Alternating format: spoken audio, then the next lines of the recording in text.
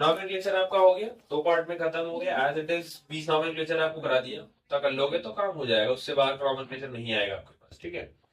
Next as it is Werner ने अपनी कुछ थ्योरी दी थी कि प्राइमरी वैलेंसी, सेकेंडरी वैलेंसी, और उन्होंने कहा था कि कंप्लीट जो बेसिकली आप करते हो, जो भी आपने कोऑर्डिनेशन कंपाउंड की पूरी इंफॉर्मेशन जो आपने ली है, उसको कंप्लीट इंफॉर्मेशन उन्होंने दिया था। कोऑर्डिनेशन कंपाउंड क्या होता है, कैसे पहचानोगे, उसमें सेंट्रल मेटल होता है, लिगैंड होता है, लिगैंड कैसे कितना प्रेजेंट होते हैं, उसका नॉमेनक्लेचर एज इट इज सब उन्होंने एक्सप्लेन कर दिया।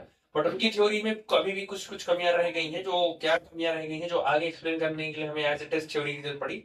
तो सबसे पहला जो क्वेश्चन ये उठा, why only certain elements form coordination compound not others. सबसे पहला रीजन ये था कि कुछ ही लोग कोऑर्डिनेशन कंपाउंड बना रहे हैं, सारे नहीं बना रहे हैं। पहला क्वेश्चन ये था उनसे, why the coordination sphere has a definite geometry. Her coordination sphere के पास अपनी ज्योमेट्री होती है, मतलब जितने भी आपने 20 कंपाउंड जो किए नॉमेनक्लेचर के, उन 20 के पास अपनी एक पर्टिकुलर ज्योमेट्री होती है। तो वो क्यों है? Why do these compound possess definite magnetic and optical property? बहुत सारे कोऑर्डिनेशन कंपाउंड है, उनके पास मैग्नेटिक और ऑप्टिकल प्रॉपर्टी क्यों है, तो उसका भी रीजन आपको देना है यहाँ पे। तो ये सब जो क्वेश्चंस थे, ये वर्नर की थ्योरी एक्सप्लेन नहीं हो रही। ठीक। एक चीज और क्लियर रखिए, चैप्टर थोड़ा सा है बड़ा, ठीक है, बट इस चैप्टर में से आपको सिर्फ हम वो पोर्शन पढ़ाएंगे जिसमें से बोर्ड में आने के चांसेस पूरे हैं। वो टॉपिक आपको पढ़ाएंगे और उसमें से पूरे चांस रहेंगे। एज इट इज बीबीटी पूछा जाएगा, बहुत ज्यादा डिटेल अंदर नहीं जाना है। आप अभी से उतना पढ़ो जितना आपके बोर्ड में 101% गारंटी है कि ये क्वेश्चन पेपर में मिलेगा ही मिलेगा। तो बीबीटी तो एज इट इज मिलेगा। To answer the above questions, a number of attempts have been made to extend the existing different theories of bonding to coordinate compounds. इन सभी क्वेश्चंस के आंसर देने के लिए अलग अलग टाइम पे अलग अलग थ्योरीज आई। दैट इज पहला है आपका valence bond theory, that is BVD. Second है आपका crystal field theory, that is CFT. Third है आपका ligand field theory, that is LFT. And last है आपका मॉलिक्यूलर ऑर्बिटल थ्योरी। ठीक। तो इसमें से आपको जो सिलेबस में पढ़ना है वो सिर्फ आपको वीवीटी पढ़ना है और सीएफटी पढ़ना है बस। एलएफटी है नहीं सिलेबस में, और एमओटी आप ऑलरेडी पिछले साल पढ़ चुके हैं। आपने chemical bonding and molecular structure में लास्ट टॉपिक था, लास्ट टॉपिक आपका था जहां पर आपने एमओटी वहां पढ़ा था। तो आपको फिलहाल यहाँ पे दो थ्योरी पढ़नी है। पहला है आपका VVT, that is valence bond theory, and second है आपका crystal field theory, that is CFT. और इन दोनों पे क्वेश्चन आने एकदम 100% श्योर है। दोनों पे क्वेश्चन आपके यहाँ मिलेंगे ही मिलेंगे पेपर में। ठीक है, तो बता भी दूंगा कौन से आएंगे, वो इतना कर लेना। ठीक। चलो, नेक्स्ट आता है आपका एज इट इज बीवीटी। अच्छा, बीवीटी में क्या है, जो आपने क्लास 11th में बीवीटी पढ़ा है, ठीक है, अगर आपको याद हो तो बीवीटी में आपने कहा था कि किसी भी एलिमेंट का आउटर मोस्ट इलेक्ट्रॉन बॉन्डिंग में पार्टिसिपेट करता है, तो वैलेंस शेल का इलेक्ट्रॉन पार्टिसिपेट करता है, that is known as valence shell. उसका इलेक्ट्रॉन पार्टिसिपेट कर रहा है तो वैलेंस इलेक्ट्रॉन, क्योंकि वो पार्टिसिपेट कर रहा होता इसीलिए उसको जनरली नाम रखा गया था valence bond. Outermost electron ही बॉन्डिंग बनाने में पार्टीशन लेता है, आउटर मोस्ट इलेक्ट्रॉन ही बॉन्ड बनवाता है, तो इसीलिए उसका नाम रखा गया वैलेंस बॉन्ड। वो बॉन्ड दो तरीके के होते हैं, एक होता है सिग्मा, एक होता है पाई। सिग्मा बनता है आपका हेड ऑन कोलिजन, ऊपर देखो क्योंकि कॉपी में नहीं है, सब चीजें मैं 11th वाली एक्सप्लेन कर रहा हूँ। वैलेंस बॉन्ड थ्योरी में आपका दो बॉन्ड बनता था, एक बनता था सिग्मा, एक बनता था पाई। सिग्मा बॉन्ड स्ट्रॉन्ग होता था, पाई बॉन्ड वीक होता था। सिग्मा बॉन्ड आपका हेड ऑन कोलिजन से बनता था, और पाई बॉन्ड आपका साइड वाइज या पैरेलल ओवरलैपिंग से बनता था। जो काम आपने वहां किया है सेम काम आपको यहाँ भी करना है। आपने वहां क्या किया था कि हाइब्रिडाइजेशन कराया था। सभी ऑर्बिटल्स की एनर्जी डिफरेंट होती है, उन डिफरेंट ऑर्बिटल्स की को आपने एक साथ मर्ज किया था, और फिर आपने अलग से फिर मर्ज करने के बाद इक्वल एनर्जीज के ऑर्बिटल्स को आपने निकाला था। दैट इज, इसी को आपने नाम दिया था हाइब्रिडाइजेशन। जैसे दो ऑर्बिटल जा रहे हैं तो जाने वाले अगर दो हैं तो वहां फॉर हाइब्रिड ऑर्बिटल भी कितने निकलते थे, दो। जैसे एक एस एक पी अगर आपस में हाइब्रिडाइज कर रहा है तो एसपी ऑर्बिटल बनता था। एक एस दो पी जाता था तो sp2 बनता था, sp3 बनता था, sp3d डी बनता था, sp3d2 भी बनता था, और sp3d3 भी बनता था। तो ये सब आपको वहां करवाया गया। ठीक। सबके बारे में अपनी अपनी एक ज्योमेट्री दी गई थी कि sp की ज्योमेट्री लीनियर होती है, sp2 की ज्योमेट्री ट्राइगोनल प्लेनर होती है, sp3 की ज्योमेट्री टेट्राहेड्रल होती है। जस्ट लाइक सेम आपका वही सेम काम यहाँ करना है। आपको चार्ट दिया है, ठीक है, एनसीईआरटी ने आपको ऑलरेडी चार्ट दे दिया है कि किस हाइब्रिडाइजेशन पर कौन सा रखना है आपको। दूसरा, वहां क्लास 11th में आपको एक डायरेक्ट थ्योरी बताए थे, डायरेक्ट फॉर्मूला बताए थे हाइब्रिडाइजेशन निकालने का।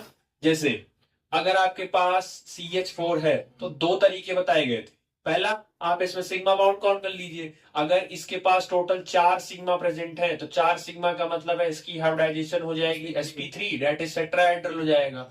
अगर आपके पास 3 सिग्मा अवेलेबल है तो वहां आप हो जाएगा sp2 हाइब्रिडाइजेशन। और अगर आपके पास 2 सिग्मा है तो ये हाइब्रिडाइजेशन हो जाएगी आपकी sp। ये वहां डायरेक्ट तरीका बताए थे रटवाने के लिए।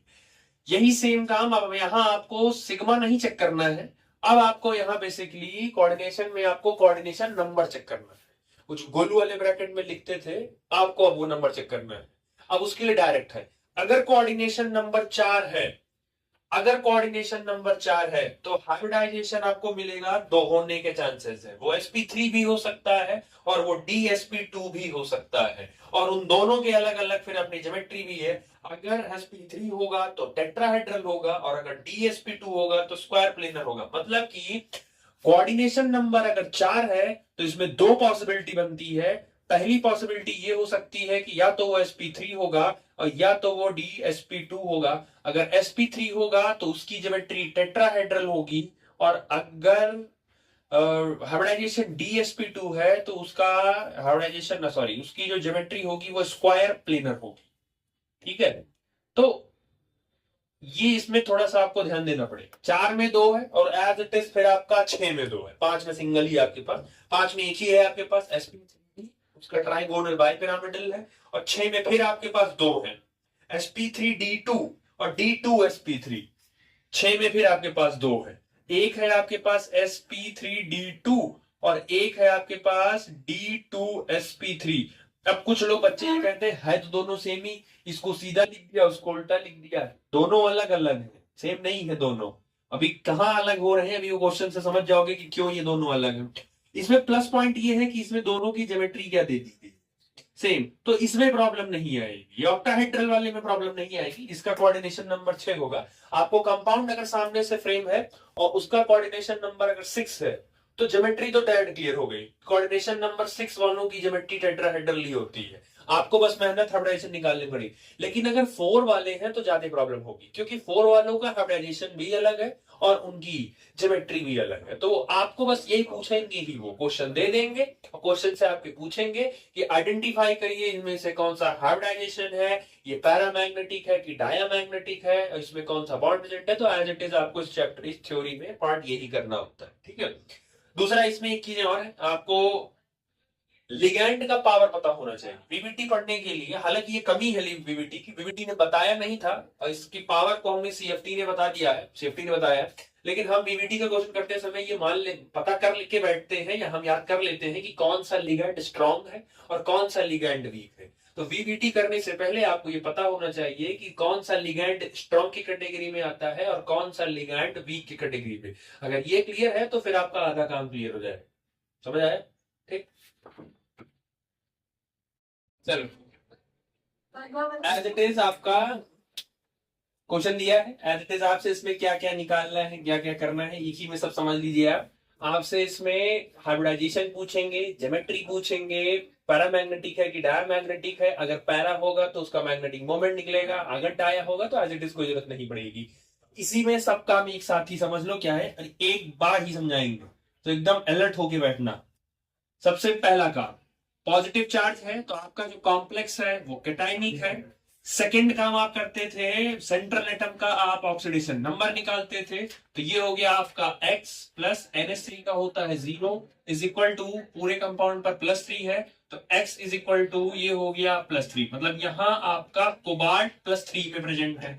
अब इतना कर रहे हो तो लगे हाथ नाम भी लिख दो इसका, तो इसका नाम हो गया हेक्सा साइनो या हेक्सा साइनाइडो कॉम्प्लेक्स, क्योंकि पॉजिटिव वाला है तो कोबाल्ट, और थर्ड और लास्ट में आयन आप जोड़ दो। ठीक, तो चलो नाम हो गया ये। अब आपको काम क्या करना है, ये तो आपने पुराना किया है। अब वीवीटी में आपसे वो जो पूछ रहे हैं तो वहां आपका सबसे पहला काम, स्टेप नंबर 1, सबसे पहला काम आपको ये करना है कि जो भी सेंट्रल मेटल है, जो भी सेंट्रल मेटल है, पहले उसका इलेक्ट्रॉनिक कॉन्फ़िगरेशन करना है। तो कोबाल्ट का एटॉमिक नंबर होता है 27। ठीक, तो पहले इसका कॉन्फ़िगरेशन करिए जो आपको पिछले साल पढ़ाया गया है, that is 1s2, 2s2, 2p6, 3s2, 3p6, 4s2 और 3d7। काम हो गया। अब उसके बाद आप चेक करो कि आपका कोबाल्ट किस स्टेट में है। इसका मतलब है कोबाल्ट अपने किस स्टेट में है, +3। इसका मतलब है कोबाल्ट के ऊपर 3 पॉजिटिव चार्ज है। तो अब आप इनका करिए कॉन्फ़िगरेशन। 27 इलेक्ट्रॉन थे लेकिन उसमें से 3 निकल गए, तो 27 में से 3 निकल गया तो 24 इलेक्ट्रॉन। ये मैंने क्लास 11th में करवाया है। पहले बताते हैं ना कि आयन का करने से पहले उनके गार्जियन का किया जाता है, तो वही है, सबसे पहले बता दिया। ये हो गया। अब इनका करो +3 का, तो 27 नहीं भरना है इस बार, कितने भरने हैं? 24 इलेक्ट्रॉन ही भरना है क्योंकि 3 निकल चुका है। तो ये हो जाएगा 1s2, 2s2, 2p6, 3s2, 3p6, 4s2 और 3d7 में है तो 3 निकालना है, 7 में से 3 निकल जाएगा तो ये हो जाएगा 3d4। काम हो गया। इतना करना है, इतना अगर कर ली। अब क्या है कि बॉन्डिंग में पार्टिसिपेट आपका लास्ट वाला करता है। तो ये तो हो गया स्टेप 1। अब स्टेप नंबर 2, आप पता करो कि जो लिगैंड आपने यूज किया है वो लिगैंड का नेचर क्या है। तो आपका जो लिगैंड है दैट इज NH3। NH3 एक तरीके का स्ट्रॉन्ग लिगैंड, ये एक स्ट्रॉन्ग लिगेंड है। अच्छा, अब सवाल है आपको कैसे पता? तो अभी आपकी एनसीईआरटी में ही 2-3 पेज आगे जाओगे तो सीएफटी पे उसका ऑर्डर दिया है। एनसीईआरटी में सीएफटी का ऑर्डर दिया है, तो आगे दिया है। अभी हम रटवा देंगे, उसको भी रटवा देंगे कि उसका सीरीज दिया है कि कौन सा स्ट्रॉन्ग है कौन सा वीक है, तो आपको मिल जाएगा वो। तो NH3 एक स्ट्रॉन्ग लिगेंड होता है। अब सुनो, स्ट्रॉन्ग लिगेंड का काम क्या होता है? स्ट्रॉन्ग लिगेंड का काम होता है कि वो इलेक्ट्रॉन की पेयरिंग करवा देगा, पेयरिंग ऑफ इलेक्ट्रॉन।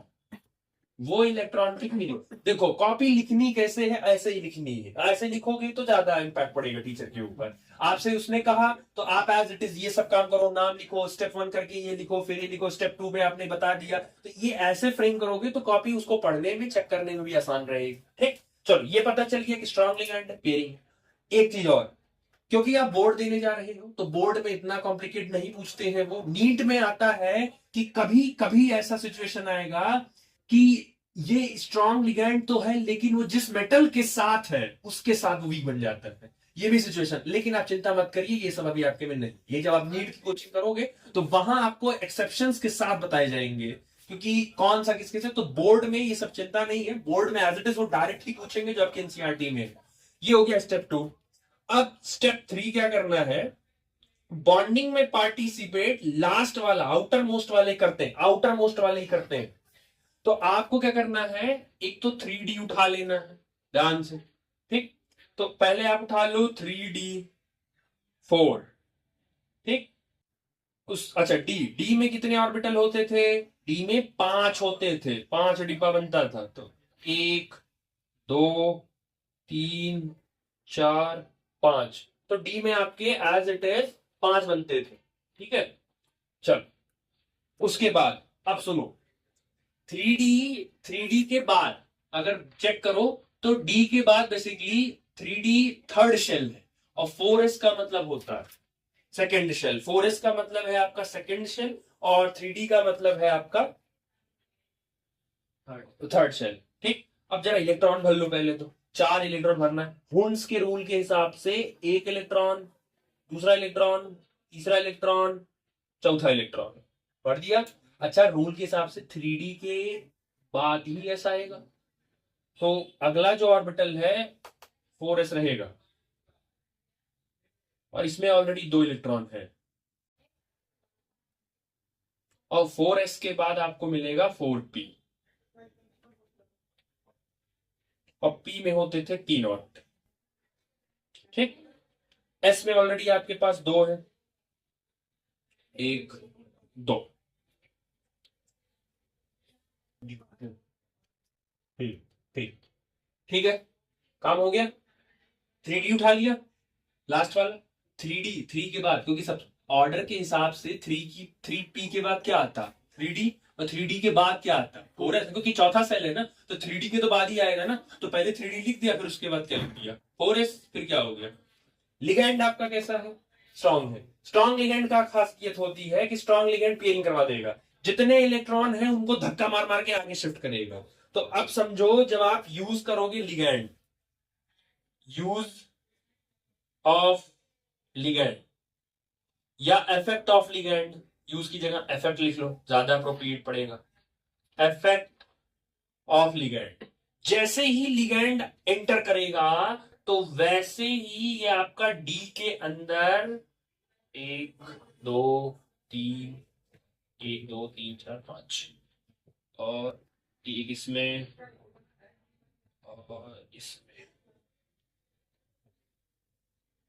अब सुनो, लिगैंड स्ट्रांग है, लिगैंड स्ट्रांग है तो इस इलेक्ट्रॉन को उठा के इसके साथ रखेगा, क्या करवाएगा उसका पेयर करा लेगा, और इस वाले को उठा के इसके साथ डालेगा।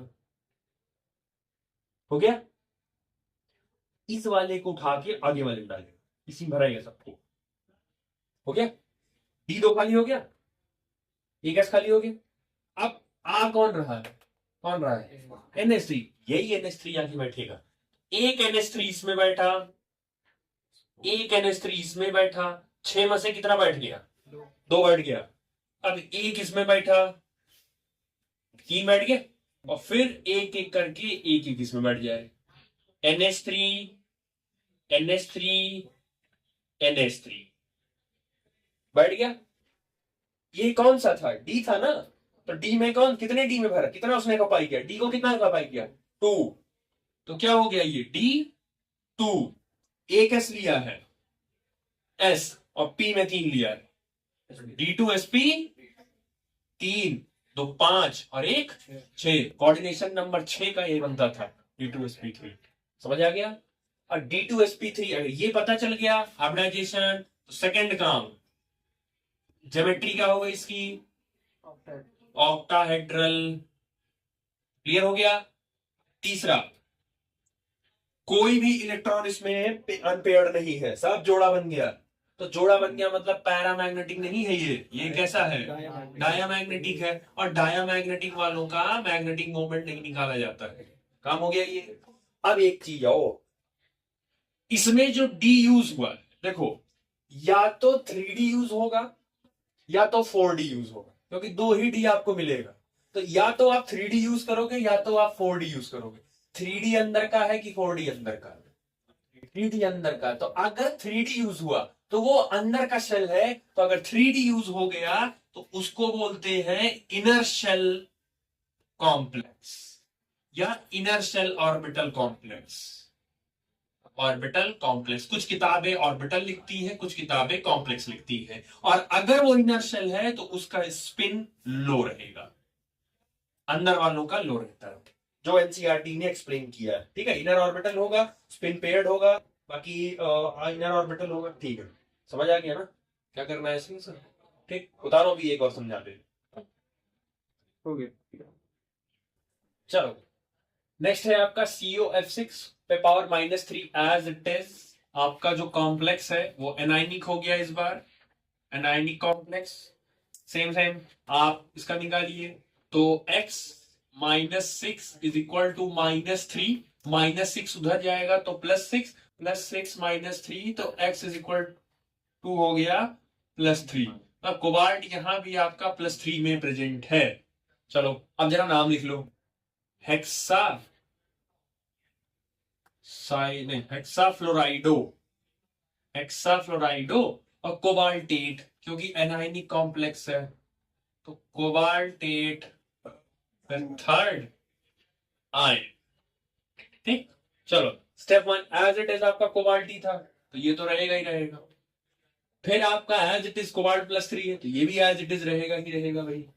अब आता है फ्लोरीन, तो फ्लोरीन जो होता है, F जो होता है, F आपका वीक लिगैंड है, ये वीक लिगैंड है, और अगर ये वीक लिगैंड है तो ये पेयरिंग नहीं करा पाएगा। ठीक है, मैंने क्रॉस कर दिया कि ये पेयरिंग नहीं करवा पाएगा। आप समझना असली खेल यही है, अगर पेयरिंग नहीं हो पाएगा, सुनो, अगर पेयरिंग नहीं हो पाया, ये एज इट इज रह जाएगा, ये यही रह जाएगा, ठीक है। और 4s में था नहीं क्या, तो हटो जरा, 4s 3D डी कोबाल्ट है ना, डी कितने रहेंगे, 1 2 3 4, 1 2 3 4 बढ़ रहा है। नहीं, ये पिछले वाले में एक चीज माइनर गड़बड़ हो गया। गड़बड़ पिछले वाले में ये हो गया कि आपने, हालांकि आंसर सही आया है, गड़बड़ बस ये हो गया पिछले वाले में कि आपने जो इलेक्ट्रॉन जो निकाला था कोबाल्ट से, कोबाल्ट +3 में जो इलेक्ट्रॉन निकाला था वो मैंने 3D7 से निकाल दिया, बट इलेक्ट्रॉन वहां से नहीं निकलता है। इलेक्ट्रॉन कहां से निकलता है, आउटर मोस्ट से। Fourth shell is outermost, तो यहां से इलेक्ट्रॉन निकलेगा। ये गलती पिछले वाले में हो गई, हालांकि मैं बच इसलिए गया क्योंकि वहां लिगैंड क्या था, स्ट्रॉन्ग था, तो उसने पेयरिंग करवा दिया, तो आगे वाला डिब्बा खाली हो गया। तो अभी इसमें दिक्कत इसलिए वाला डिब्बा खाली होना चाहिए, तो ये थोड़ा सी दिक्कत हो गई। बाकी सब सही है, बस आपको पेयरिंग एक बार हम उसको फिर से करवा देंगे, ठीक है। तो 3 इलेक्ट्रॉन निकालना है, 3, तो इसका मतलब है 2 इलेक्ट्रॉन तो इसमें से निकलेगा, आउटर मोस्ट में से। तो 4s ये क्या हो गया, 0, और अब 1 इलेक्ट्रॉन इसमें से निकलेगा, तो इसमें टोटल कितने इलेक्ट्रॉन हो गए, अब 6 हो गए। हाँ, अब सही आ जाएगा, वही गड़बड़ हुआ है वहां पे। ये हो गया 3D6 और 4, अच्छा 4s का तो है ही नहीं इलेक्ट्रॉन, तो ये तो 0 हो गया, ठीक। 6 भरना है, 1 2 3 4 5 और 1 6 भर दिया, 6 भर दिया। अब आने वाला जो लिगैंड है वो क्या है, वीक है, तो वीक है तो पेयरिंग नहीं करा पाएगा। जब फ्लोरीन पहुंचेगा तो कहेगा यार मैं पेयर नहीं करवा पा रहा हूं, तो कहेगा ऐसा है तुम स्ट्रांग हो नहीं, मेरा पेयर तो करवा नहीं पा रहे हो, तो तुम आगे बढ़ जाओ, आगे वाला जगह खाली है। तो अब जो फ्लोरीन आएगा वो फ्लोरीन कहां जंप मारेगा, तो आने वाला फ्लोरीन कहां जंप मारेगा, यहाँ 4s में, 6 है 4s में, फिर एक एक करके एक यहां मारे। 6 में से कितने बैठ गए, 4 तो बैठ गए, अभी 2 बैठाने हैं, 4s 4p, तो 4p के बाद क्या आता है 4d, क्योंकि चौथे शेल में एंटर कर चुके हो, तो 4s 4p आपके पास 4d अवेलेबल है, कमरा है, उस कमरे के मालिक हो, बस आपने कमरा यूज नहीं किया क्योंकि आप चौथे शेल में एंटर कर चुके थे। तो 2 और चाहिए, 2 आगे बढ़ा दो, इसमें एक बढ़ा दो, एक बढ़ा दो, अब यहां पे फ्लोरीन बैठा दो। अब ये बताओ सबसे पहले फ्लोरीन किसे बैठा, एस में, एस, उसके बाद पी 3 और फिर डी में 2 आया, वैसे रिवर्स आया कि नहीं आया, बस वही। बाकी ज्योमेट्री तो इसकी एज इट इज वही रहेगी, ऑक्टाहेड्रल, ये तो चेंज हुआ नहीं, ये तो चेंज नहीं। अब जरा ध्यान से देखो, इलेक्ट्रॉन पेयर्ड है कि अनपेयर्ड है, साफ साफ दिख रहा है अनपेयर्ड है, मतलब ये पैरामैग्नेटिक होगा ये, और अगर ये पैरामैग्नेटिक होगा तो मेक श्योर इसका डायपोल मोमेंट, मैग्नेटिक मोमेंट निकलेगा, अभी निकलवाते हैं इसका। दूसरा, डी बाहर वाला यूज हुआ है, 4d बाहर वाला यूज हुआ है, तो अगर बाहर वाला डी यूज हुआ होगा तो उसको लिखोगे outer orbital complex, outer orbital complex, और इसका जो स्पिन होगा वो हाई होगा, हाई स्पिन होगा, ठीक। जरा मैग्नेटिक मोमेंट निकाल लो, यही कहीं रॉन्ग ही निकलवा देता हूं। देखो magnetic moment mu is equal to √n n+2, इसी से निकलता है magnetic moment, √n n+2, n होता है नंबर ऑफ अनपेयर्ड इलेक्ट्रॉन, 1 2 3 4, तो n की वैल्यू कितनी हो गई 4, तो ये हो गया 4 और 4 + 2 6, 6 × 4 24, √24। पेपर में आपसे कभी कभी वो पॉइंट, मान लो पॉइंट में दे देंगे, अगर फ्रेम एमसीक्यू हुआ तो फ्रेम में पॉइंट का दे देंगे वो। अब करने का तरीका, √24 को बाहर निकालो और पॉइंट में लिखो, √ से नहीं निकाल पा रहे हो तो इसके सबसे सिंपल तरीका, जो भी वैल्यू √ में गिवन है वो एक इम्परफेक्ट स्क्वायर है, वो परफेक्ट स्क्वायर नहीं है। 25 4 9 16 25 64 36 81 100, this is a perfect square. लेकिन 24 3 12 18 19 23 ये सब परफेक्ट स्क्वायर नहीं है। तो जब नॉन परफेक्ट स्क्वायर आपके पास प्रेजेंट होगा तो आपका 2 काम, इससे आगे इससे आगे कोई है इसका परफेक्ट स्क्वायर आपको पता है? 25, 25 का कितना होता है? 5। 24 से पहले कोई है इसका परफेक्ट स्क्वायर आपको पता हो? 16। तो यानी कि 16 और 25 के बीच में ही डिजिट है, इसका मतलब है कि जो वैल्यू आएगी वो 4 और 5 के बीच में आएगी। 24 किसके ज्यादा करीब है? 25 के। तो लगभग 25 का 5 लगभग है, तो इसका आप अप्रोक्सीमेटली आंसर 4.9 दे सकते हो। और इसकी यूनिट होती है BM, बोर मैग्नेटॉन, फिजिक्स में पढ़ाया था। ये हो गई इसका मैग्नेटिक मोमेंट, समझ आया? ठीक, ये कर लो। पिछला वाला भी वापस सही करा देंगे। ये पिछला वाला जो था आपका, दैट इज आपका यहाँ NH3 का होल 6 था। तो बाकी चीजें सही थी, कुछ चेंज नहीं करना था उसमें, बस वहां 4s में 0 हो जाए। वहां 4s था क्योंकि इलेक्ट्रॉन वहां भी एज इट इज यही कंफिग्रेशन थी कि 3 ही निकलेगा, तो 4s 0 और 3d 6 रहेगा वहां भी, क्योंकि 3 निकालना था ना। तो 1 2 3 4 5 6, तो पेयरिंग जब करोगे इफेक्ट लिगेंड के इफेक्ट के बाद, लिगेंड का जब इफेक्ट दोगे तो 1 2 3 4 5, ये तो जोड़ा है, ये उठ के इनके साथ आएगा और ये उठ के इनके साथ आएगा। ठीक है, और बाकी 4s वाला इलेक्ट्रॉन पहले से निकल चुका था, तो ये देखो वापस वही ये D2 वापस खाली हो गया। ठीक है, यही बस थोड़ा सा उसमें सही करना है, बाकी चीजें एज इट इज आपकी सेम ही रहेगी। ठीक, चलो उसके बाद हम आपको दे रहे हैं जो पिछले साल आपका बोर्ड में आया था, जो बोर्ड के क्वेश्चंस थे वही हम दे रहे हैं। उसमें आपसे उसने पूछा भी है इन द फॉलोइंग, मैं बता देता हूँ पूरा। ठीक है, आपसे पूछा था क्वेश्चन फ्रेमिंग वो किए कैसे थे। 2 क्वेश्चन है, दोनों दे रहा हूं, दोनों आप ट्राई करिए। आपसे पूछे थे in the following complex ion explain the type of hybridisation, shape and magnetic property. तो तीसरा है तुम्हारा FeH2O का होल 6 टू दी पावर +2। एक क्वेश्चन ये है जो बोर्ड में दिए थे पिछली बार, और एक क्वेश्चन है आपके पास NiCl4 पावर -2, ये है। और 1 मिनट रुकी जरा, मैं एक चीज देख लूं।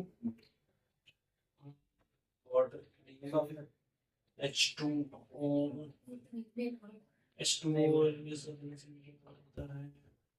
आप जो है Cl तो वीक लिगेंड होगा, फ्लोरीन क्लोरीन ब्रोमीन आयोडीन ये सब वीक होते हैं।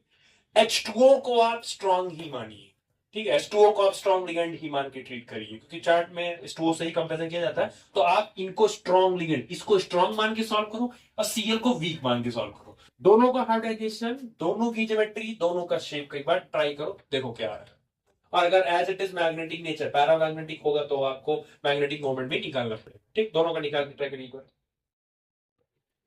इसका करिए एज इट इज। सबसे पहले आप ऑक्सीडेशन नंबर निकालिए पहले इनका, तो ये हो जाएगा x + 0 = +2 विच मीन्स x = +2। ठीक है, अच्छा मैंने तरीका सिखा दिया, आपको करना वैसे ही है।